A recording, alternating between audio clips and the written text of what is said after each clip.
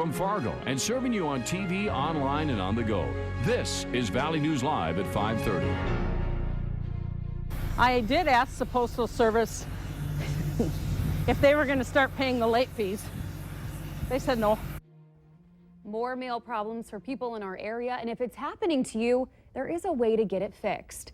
Good evening, and thank you for joining us. Last winter, we reported on several incidents of mail mix-up in South Fargo. Now, from that, carrier contracts were terminated, and the problem seemed to be fixed. But as Valley News Team's Cornelius Hawker shows us, the problem seems to have resurfaced in another part of town.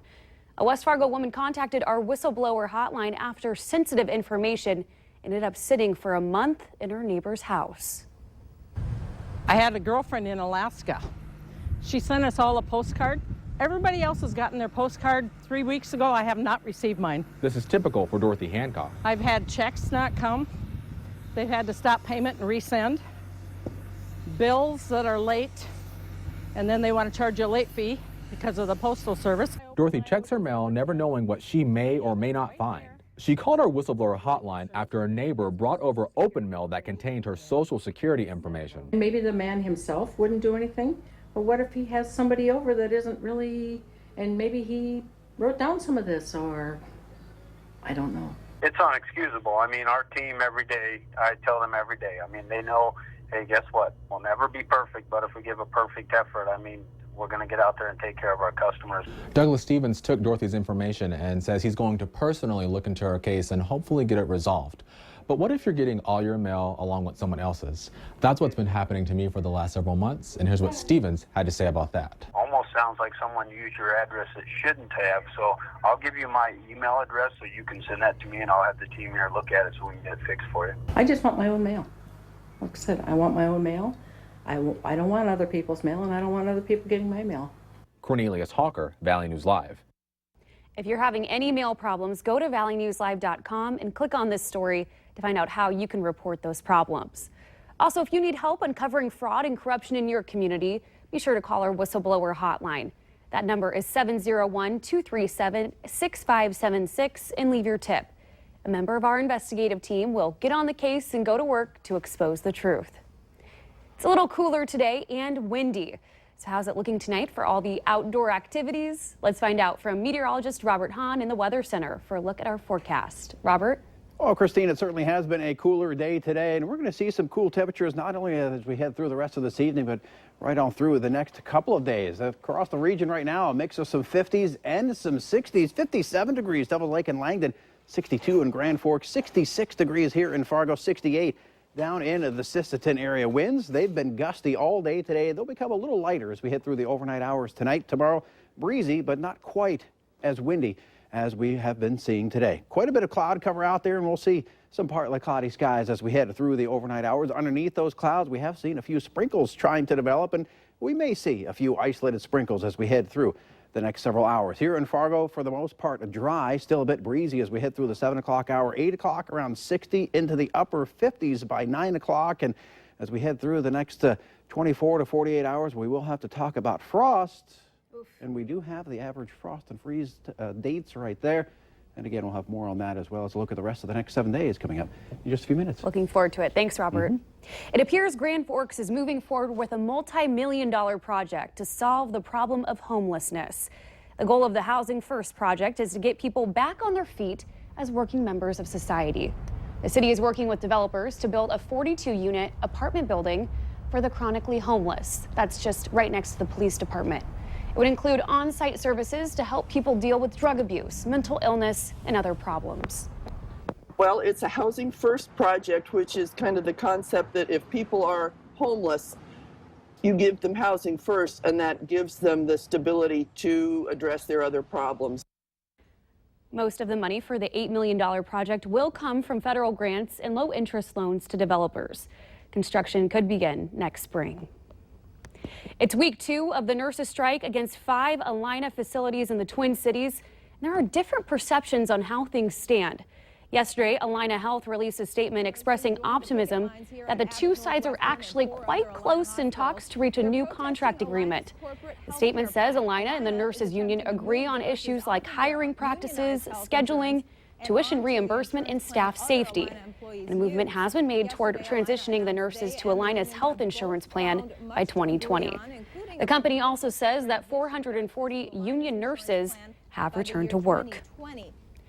Hillary Clinton is resting today off the campaign trail as critics call her keeping her pneumonia diagnosis a secret and a lie to U.S. voters. This comes after Clinton appeared unsteady on her feet and had to be helped into her car while leaving a September 11th memorial ceremony in New York City yesterday. She's now at home where doctors told her to stay and rest up. Today, the campaign announced that this week she will share additional medical information, and she is expected to be back on the campaign trail later this week.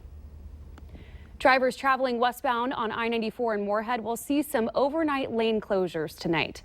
The closure will be between 8th Street and the Red River Bridge. Westbound traffic will be reduced to a single lane starting at 8 and will go until 5 o'clock tomorrow morning. All eastbound traffic will not be affected. The overnight lane closure is necessary to allow crews to connect the new ramp and the shoulder to the existing pavement. MnDOT says they expect the eastbound ramp to open before the westbound ramp. They expect the southbound ramp to open in 2 weeks and the southbound lanes on 8th Street to open later this week. And some traffic changes in Fargo today. One lane is closed on 10th Street between 1st Avenue South and NP Avenue North. This closure will be in place for the rest of today and all of tomorrow. The closure for utility work, and that's just among the boulevards. And starting today, University Drive North is reduced to one lane between 1st and NP Avenues North. The closure is for a private building's water service disconnect. The underground work is expected to take about 2 days. The closure will be in place for a week. The city is encouraging you to look for different routes during that time. 15 years since terrorists hijacked 4 passenger planes and crashed them into the World Trade Centers, the Pentagon, and a field in Pennsylvania. Valley News Team's Ashley Bishop has more on that tragic day and what people right here in the Valley remember. It feels like it was yesterday. I was thinking this can't be real. Ehrenberg was an NDSU college student in 2001 and was sound asleep in the dorms. My neighbor came pounding on the door and she came flying and she goes, "The Pentagon just got bombed." And I woke up, we turned on the TV, and just as the TV came on, the second plane hit the World Trade Centers. Nick Jackson was a 15-year-old high school student, unaware that his country was under attack. And somebody came into the class and said, "Hey, you guys got to turn the TV on," and turned it on, and we kind of watched the second plane hit. And I remember it being just crazy and unreal, Jackson, along with others, say they remember the disbelief and fear they felt the day following the attack. All the stories coming in constantly and still having to go day-to-day life. It was just, it was strange. It was, I would say, an experience of, could this really have happened? And, questioning, what does this mean for our future? Many people say they remember September 11th like it was yesterday. Even though it seems so far away, it was still too close to home. And some local firefighters spent yesterday honoring those lives who were lost 15 years ago by making a symbolic climb for the annual 9/11 Memorial Stair Climb. Firefighters climbed the equivalent of 110 flights of stairs at the Family Wellness Gym in full gear that weighs up to 30 pounds. That's the number of flights New York City firefighters had to climb in the World Trade Center towers. It's billed as the biggest farm show in the upper Midwest, and tomorrow, bright and early, the gates at Big Iron swing open at the fairgrounds in West Fargo. Today was a day for farm equipment dealers, market analysts, even crafters, as they were all busy preparing for the thousands of people who are visiting the 3-day event. Last year, some 70,000 people took in the show. This is the 36th year for Big Iron.